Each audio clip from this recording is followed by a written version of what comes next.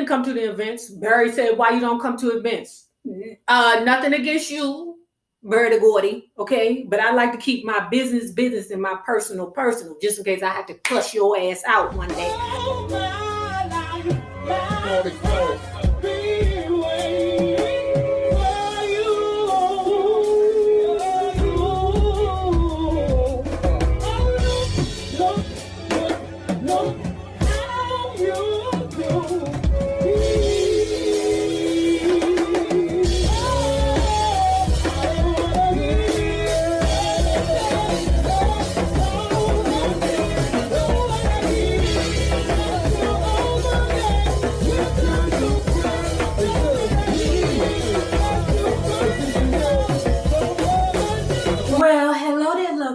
Hello there, Bellas. If you have not already done so, please remember to like, share to Facebook, and subscribe because it is so important to our success here on the YouTube. And if you are not already a part of our book club, please remember to hit the Patreon link below and or the join button here on the YouTube. And for a small monthly fee of $5, you babies, yes, you can be privy to all the shenanigans before the YouTube gets it, if the YouTube gets it. Now, let's talk about Mary Wilson's DreamGirl, My Life as a Supreme. I think this is either 16 or 17. You know, after a while, I don't know. Okay, so ladies and gentlemen, where we left off at last time, Mary Wilson and the girls, Diane and Flo, just returned from the Diggity Clarkity tour. Okay, and let me just pause right quick. Okay, some of you guys come down here and think you giving me the business because I haven't said certain things. Okay, know that I haven't said those certain things yet, and if I leave them out of my book reviews, it's purposefully because I don't want you guys to rely on me to bring you the book every time. Let's get back to a healthy place where we can step away from the television and start, getting back into reading books because, knowledge is power for the Diggity Clarkity Caravan tour. Okay. And they looking at Berry Gordy's sister, Esther Edwards, like, well, how much money did we make? This is Mary speaking. How much money did we make? Actually, girl, you ain't make nothing. You lucky if y'all don't owe us. Okay. Mary Wilson said that she left the meeting crushed. Why did there always seem to be another hurdle? Up until now, we were having so much fun. Girls, Mrs. Edwards had said, you know that what you're getting paid is important, but how your fans perceive you is even more important. Okay. Now, I don't know if that was something, to get their minds off of the fact that they just got jugged. Okay. I don't know. But that was still something very important to the Motown brand also. How you present yourself to the masses, right? Okay, that's important, Esther, but where the fuck is the money? Supremes hadn't yet made their fortune, but judging by the way many of our colleagues carried on, you'd think everybody else had. No one really knew how much anyone else was getting paid. But the general consensus was that the writers and the producers were doing pretty well. Yeah. Okay, if you're a producer out here right now and you ain't getting your money, something ain't right. Something ain't right. That it seemed like as soon as somebody in Motown got a big check, they took their big check and ran it over there to the Cadillac. Didn't I tell you that you ain't nothing as a black person until you got a daggone Cadillac? That is how Black America equated itself with success. Okay. All the money pouring in built the Motown machine from the very beginning. Beans Bowes had made Barry aware that some of the artists on the roster, especially those with little or no previous show business experience, needed some polish. Hence, the artist development mission or team or task force. Right? What did artist development do for the artists at Motown? The most prevalent idea, which I like to call the Motown Myth, runs something like this. Okay.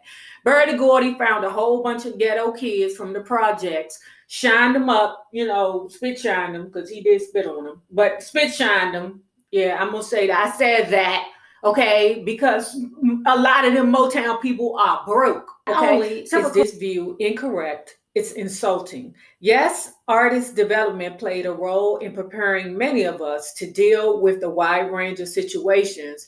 However, in an age when top executives with graduate business degrees from Harvard are sent to special etiquette classes, it's safe to assume that most people, regardless of age, race, or class, would not know how to give a good interview or greet a president or a queen without some type of instruction. Real talk. The truth is that Barry never signed anyone to Motown who needed to be remade.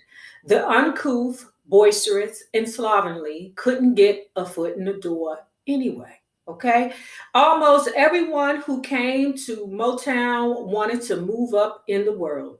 None of us came from homes that didn't teach manners. We were all trying to get ahead, and it always bothered me that some people have assumed that by accepting what some consider white values, we sold out. The system was geared to give full support to whichever act was at the top then. So this month, it might be the Supremes, and we would have first priority. Next month, it could be the Temps or the Vandellas, and all of us understood, so there were no hard feelings, and everyone was supportive. Okay. Now, one of our first chaperones, Mrs. Maxine Powell, was in charge of etiquette and grooming. Okay.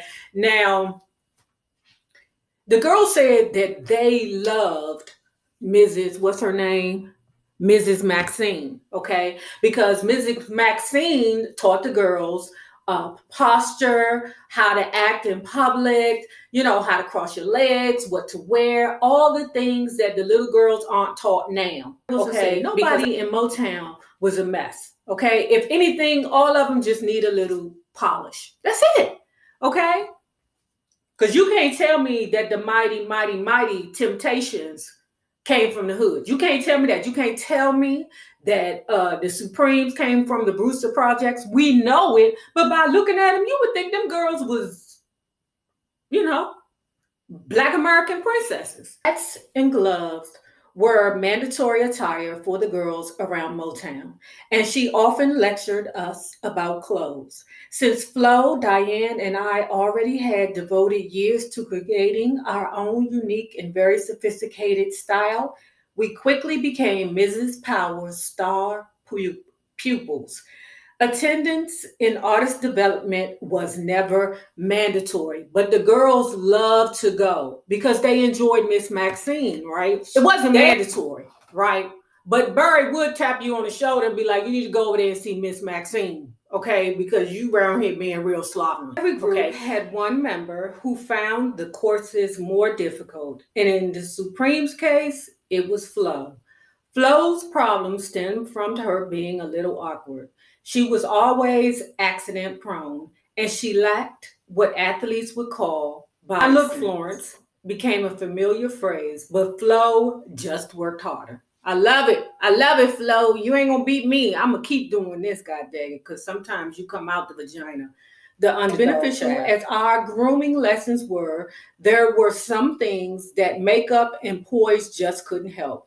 Padded bras and falsies were all the rage. And even Flo, who definitely didn't need any more, was wearing Diane them. And I, still being bean pose, used anything we could. Diane added hip pads, and I added my backside pads as well. Mm-hmm. So this is what is funny to me. She said that, which brother was this? The Doja, Lamont Doja. She's sitting there in the lobby. Yeah, girl. And then we went here, and then we were there, and then we had a strawberry daiquiri. The lobby talking, kikiing and cackling and stuff like that. Lamont Doja goes past her and stick a pin in her ass. Okay, she's still giggling. Now the audience or the people that she's talking to, you know, is laughing, not at her story, but at the fact that Lamont Dozier is sticking her in her ass with old stick pins. Do I got a stick pin? You know, them old hat pins, I guess, and stuck it in her ass. Okay. It wasn't until later that she realized that the people weren't laughing at her little joke. The people was laughing at her with a stick pin in her ass, and she. I tried them butt pads for a while, y'all, but it didn't work. It didn't work for me. It was just, them butt pads just does not work. I don't know why people wear them things, but that was all we had at one time. Okay, child, throw me a pair of underwear with some butt pads in them in a minute. Now I done got everything fixed, child. Maurice King, a veteran band leader who'd worked at the Flame Show bar with Berry Gordy's sisters, you know, down there to the photo booth, and Berry Gordy trying to, you know, sell songs down there before he turned into the music mogul that he is, okay? We had worked with Maurice just prior to recording Where Did Our Love Go? Maurice taught us various vocal exercises and more sophisticated arrangements. One day we were working on Where Did Our Love Go? When I said, I hate this song. Maurice said, don't knock it till you try it, girl. And when she got back off of that dickety-clarkety caravan thingamabob that she didn't get paid for, she found out. Also worked with choreography, Charlie Atkins, a well-known song and dance man whom we had met back in the Apollo in 1962. In 1945, he teamed up with Honey Coles, and the two of them worked as dancers with big band leaders such as Duke Ellington, Cab Calloway, and Count Basie. He earned his reputation as a choreographer in New York, where acts would come to him so that he could doctor up their stage presentation. And that's how Harvey Fuqua, after Charlie joined Motown, he was very careful to always present a professional image, okay? So let me tell you why. Every time they had events outside of working at the Motown, Charlie didn't come. Charlie didn't come to the events. Barry said, why you don't come to events? Nothing against you, Berry Gordy, okay? But I like to keep my business and my personal, just in case I have to cuss your ass out. We had time between recording and touring, we would be in the studio working out our new steps, new arrangements, or anything else that needed practice. Flo, Diane, and I worked very hard, and it was clear to the people in artist development that we had something special. Motown's leading lady, Mary Wells, had just left Motown for a better deal with 20th Century Fox. And Barry was looking for an act he would be proud to present anywhere in the world. He was already on full speed with getting the Supremes to the next level, okay? Now that Martha done left his ass, now he like, oh, I'll show Martha, okay? Girl, I'm about to make stars out of these three girls. Martha, bye, there was no question in anyone's mind now that the push was on the Supremes. Though we never attended production meetings, things that were said about us in them usually got back to us. Barry would say things like, we're going to make a push on the Supremes, or hey, play the girls' record. On October 7th, we embarked on our first English tour. The trip had prepared us for the reception we got at the airport from dozens of members of the Tamala Motown Appreciation Society, which was headed by Dave Godin, a devoted fan who played a critical role in exposing our music to England. Every night after we'd finished our work for the day, the three of us would sit in one of our rooms with all the latest papers and magazines spread out all over the bed. We would read some passages aloud and stare at the same pictures over and over again. It was incredible to us. Yeah, I would believe it, babies. We returned to the States and within days flew straight to Hollywood to film the Tammy Teenage Music International show at the Santa Monica Civic Auditorium. They got back to Detroit, Hitsville, whatever, you know, Barry like put them bitches in the studio. Okay, they got to work because they are what is going to turn Motown into a great success. Okay, you too, Temps. You too, but not right now. Okay, right now it's the Supreme, so not right now, Temps. You stay over here. I'll be back for you. Okay. You bitches over there too, I'll be back for you too. Back now, right? And the girls, because they're so young and full of fun, the girls are doing things outside of their music. Okay, so even when they have a television appearance, they don't mind singing show tunes, country music, putting on costume. They don't mind participating because the girls are not afraid to look crazy, okay, or look different. Now, let's say that. America's response to them was, a bit different also, because they're like, wait a minute, what is going on here? This black label has these black 3 girls, are black American princesses singing country music? What the hell? So it impacted their reputation differently. Okay. Bertie Gordy didn't care, because Bertie Gordy is like, I'm not here just for you black folks. I want everybody's money. So in December, we returned to the West Coast to appear in Bikini Party, a movie that never was released. The big thrill of our stay there was having lunch with our idol, Sidney Poitier. Ooh, Sidney Poitier. Ooh, them Haitian men. Ooh. You better watch it. I had a Haitian girl one time. I thought that bitch was gonna kill me. I ain't even gonna lie. I thought that bitch was gonna knock. I'm not playing. I remember her because I was like, I don't want to be with you no more. I just want to be single. And we was out in public, and I thought I could tell her that because we was out in public. Okay. That bitch commenced to trying to choke me in public. Okay. Luckily, my little sister was there. Love you, baby girl. The big thrill of our stay there was having lunch with our idol, Sidney Poitier, at Brown Derby. It had been arranged by a publicist, and we were as giddy as little girls, swooning all the way through lunch. Ooh, power to the people, yeah. The most auspicious year ended with the Supremes making the first of many appearances on the Ed Sullivan Show. Okay.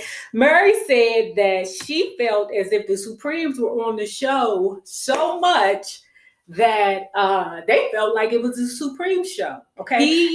Has a loving affection towards the Supremes. And according to Mary, he had a special proclivity towards her. Okay, Mary. So they sitting in the dressing room with the makeup artist preparing, their face for them going on stage. Okay. Now, after the makeup artist left and turned them towards the mirror, the girls was like, oh God. She said that it felt like she was in blackface, because they hadn't quite yet developed foundations for us yet. It was just that one foundation color, dark. Okay. We took one last look before going onto the soundstage. We were shocked. We looked like blackface singers in a minstrel show. Honey, I'm not going out there like this, Flo exclaimed. Oh my God, I gasped. Let's get this stuff off our faces before it's too late, Diane suggested. We ran to our dressing tables and removed the dark pancake makeup as quickly as possible. Now, the dreams we had shared for so many years were finally coming true now, overnight. Our good fortune was the answer to all our prayers, and I believed that this would bring us closer together. Instead, our personal differences were suddenly cast in a new light. The higher we ascended, the more Diane wanted for herself.